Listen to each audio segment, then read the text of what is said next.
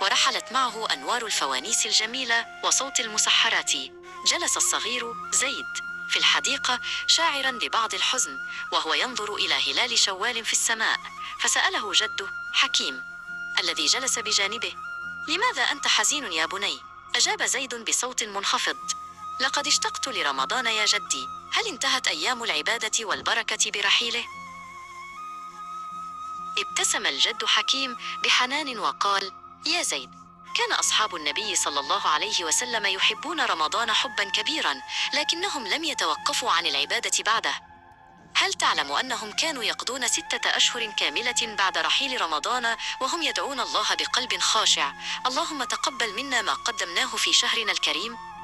نظر زيد إلى جده بدهشة، مدركا أن الشوق لرمضان يترجم إلى دعاء مستمر.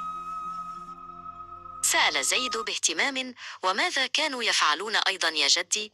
قال الجد حكيم: لقد كانوا يداومون على قراءة القرآن الكريم الذي أحبوه في رمضان، ويستمرون في مساعدة المحتاجين والفقراء بابتسامة دائمة. لقد تعلموا من رمضان أن رب الشهور واحد، وأن الله يحب المؤمن الذي يظل قريبا منه في كل الأوقات، تماما كما كان يفعل أصحاب رسولنا الكريم.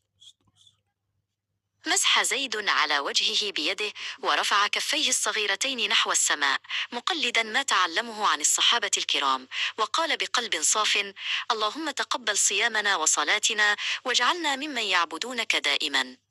ثم نظر إلى جده حكيم بابتسامة مشرقة، فقد أدرك أن كل يوم هو فرصة جديدة ليكون بطلا في طاعة الله ومحبة الناس. تابعنا واشترك في القناة.